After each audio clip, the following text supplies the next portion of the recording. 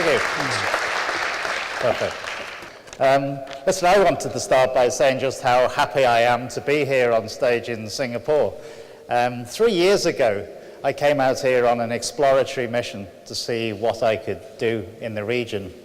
1 year ago, I hired my first employee in the region to set up a rep office to see could we start doing some business. Today, we announced our first significant deal in the region, and I bet the next time I'm up here talking, we will have established our Asian headquarters right here in Singapore. So I'm another fan of doing business in Singapore, great place to work, and I think we have very similar cultures for innovation, which suits me fine. Anyway, before I get into this main presentation, I thought I should just say a few words of what we stand for in McClaren Applied Technologies. When you think of McClaren Group, there's really 3 pillars. Our heritage is in Formula One racing.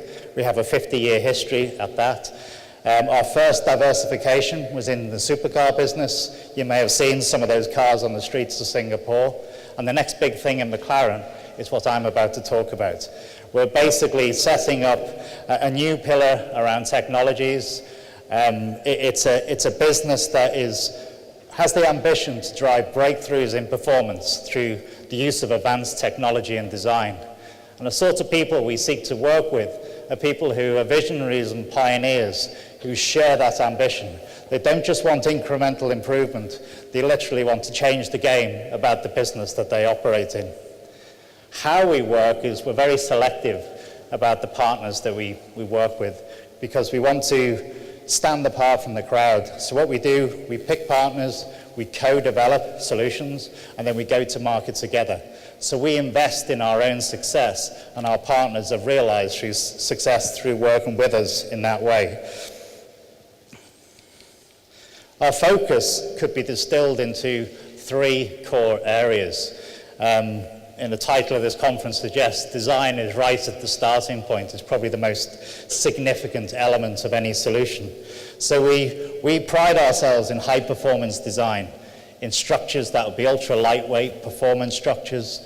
It also could be structures that have intrinsic intelligence, and I'll come and talk about that in a minute. Next, you have simulation systems. So simulation that allows you to A, design a product or system, or simulation that guides strategy and decision making, mostly in real time in our case. And then finally, performance management systems, measurement and analytics that allow us to get meaningful insight on the way man and machine are performing in whatever context they apply. Now those are the building blocks of the business, but you'll see in this Venn diagram there are areas of overlap, and that's where we have our strongest differentiation. So what I refer to as meta products is objects that through brilliant design look beautiful, and that's what good engineering tends to produce. But actually, if it has inbuilt intelligence, it's a product that can tell you how you're using it. So think of a bike with a brain. Think of a golf club that tells you how your swing is performing. Think of a heart rate monitor that's telling you when it's time for repair. That's what we mean by a meta product. Then we come to smart systems. So systems that allow us to actually operate intelligently. Take a system that measures what we want to manage. The measurement gives us actionable intelligence. If we take that measurement and build models, we can get predictive intelligence from the live data that we collect. And over time and with machine learning, we can get to prescriptive intelligence, such that the system and its model can tell us what the next course of action should be to get the optimum output. When you can do that in your range of industries, well then you can certainly change the game. And then finally, sorry, I didn't mean to click that. Finally, adaptive environments. We believe the simulation is not all about offline design like CAD and the likes. We believe that just as in flight simulators, you can have an immersive training environment, not only for training of pilot and team, but actually to design the object itself. And I'm going to talk about how we design cars in a virtual world, but with a human in the loop. So I think adaptive systems for design is something that is underexploited outside of maybe military and extreme automotive. I also think adaptive systems could be, if you have objects with the intelligence built into the object, how about models that allow that object to adapt to the environment that it's in? A simple example might be a suspension on a mountain bike that adapts the stiffness based on the way it's being ridden or the terrain that you're on. Why not? It's possible, but they don't exist out there. So that's a nice segue to my first example of high-performance design, and there's a bit of a story here. Our first project, and I should say we've only been going 3.5 years, we're now ranked as one of the fastest growing profitable companies in the UK, and also the fastest growing profitable company within McClaren Group, which I like to point out to my colleagues who run far bigger units. Our profit beats theirs on a per capita basis. First project was with Specialized. Specialized is a Californian bike company, leader in production of high-performance bikes, more known for professional use, but also gets out to the mass market.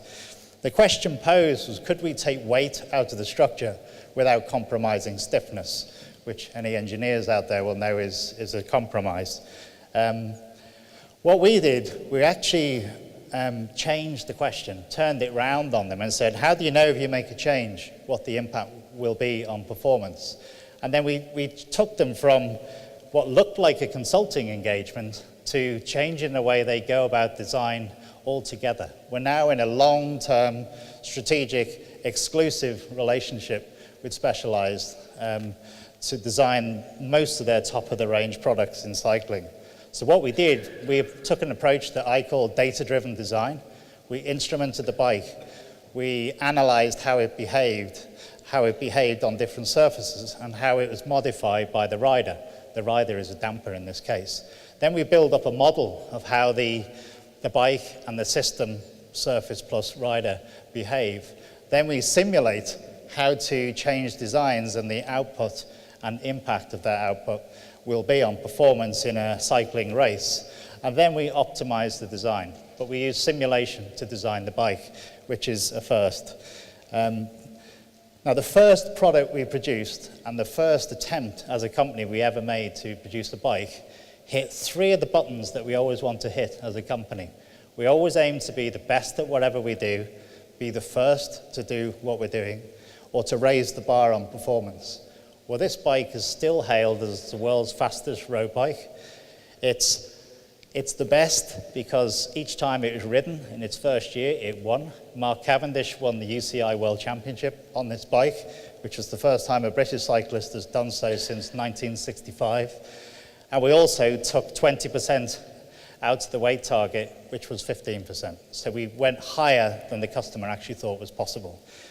Now, bikes might sound like a trivial example, but we're also working actually on a range of sports equipment. Think rackets, think shoes. We're also applying exactly the same principles in the medical space. So drug delivery systems, medical implants. Why shouldn't they have this approach to design with the intelligence built in?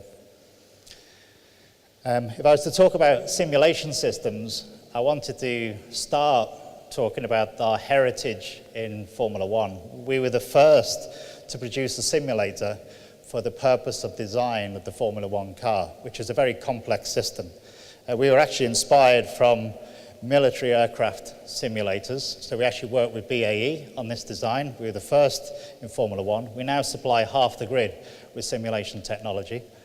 We also apply this same solution now across a whole range of race series, from Le Mans to GP2, offering a managed service, which is our first innovation. We also now design the supercars in our simulators. So rather than building prototypes and test driving them, we developed the 12C, and now the P1, which you see here, is our hypercar, our latest release. That's designed in a simulator. And you have a test driver there in a motion platform and a team of engineers changing designs of components in that system. But the human in the loop can tell you how that design change affects the drivability of the car. It's not a theoretical exercise, it's human-validated simulation. And so we can customize the product around the driver in the extreme case, like racing, or we can customize the product to a category of driver when we talk about customer vehicles.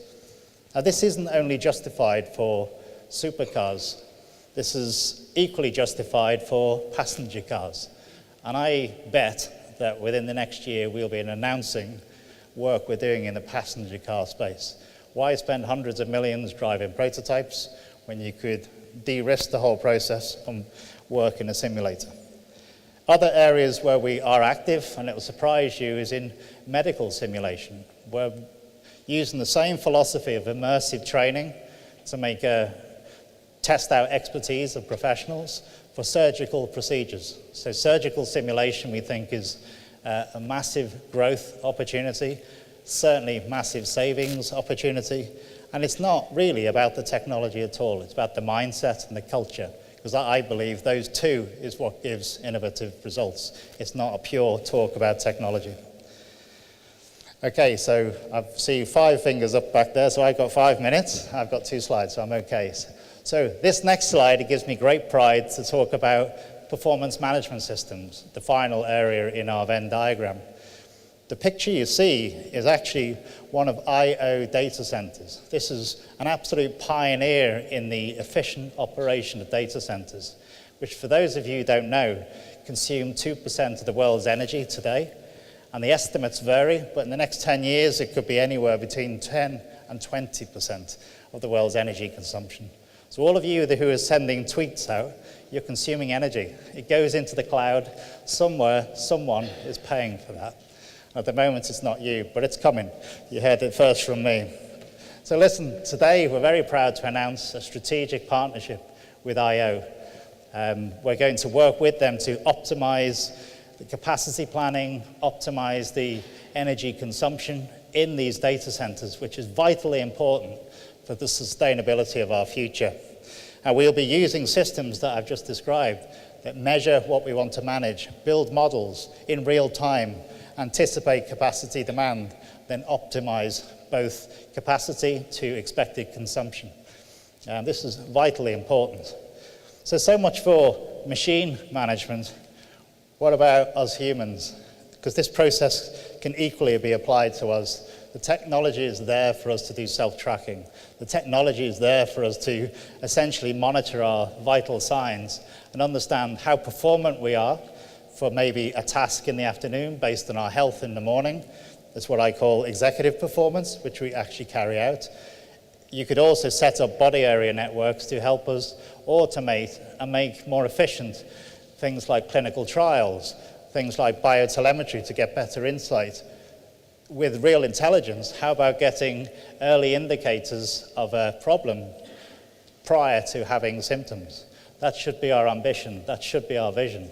But the starting point is to get the technology out there, find those early adopters, and get working. And I'm also pleased to say this is exactly what we're planning to do right here in Singapore, as well as the States and England. So we've found the pioneers to work with.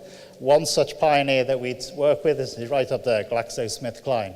We have a strategic alliance with them on innovation in their space.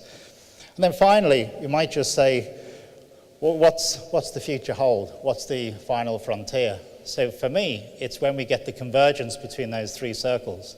So when we actually get one circle, and then we bring all of those elements together, that's when we really set ourselves apart. And for me, probably the area I'm most excited about that we're trying to get into and we expect to be in before the end of the year is robotic surgery, which I think will vastly increase the accuracy of surgical procedures, and it will also give significant access to a wider audience to advanced treatments. So that's one such area that combines all 3, and which shows an example that a company that's known for Formula One can absolutely get into diverse markets. So I stand here in front of you today to say, I think we're at the foothills of an absolute mountain of opportunity, but together we can get to the summit, if only we can work together.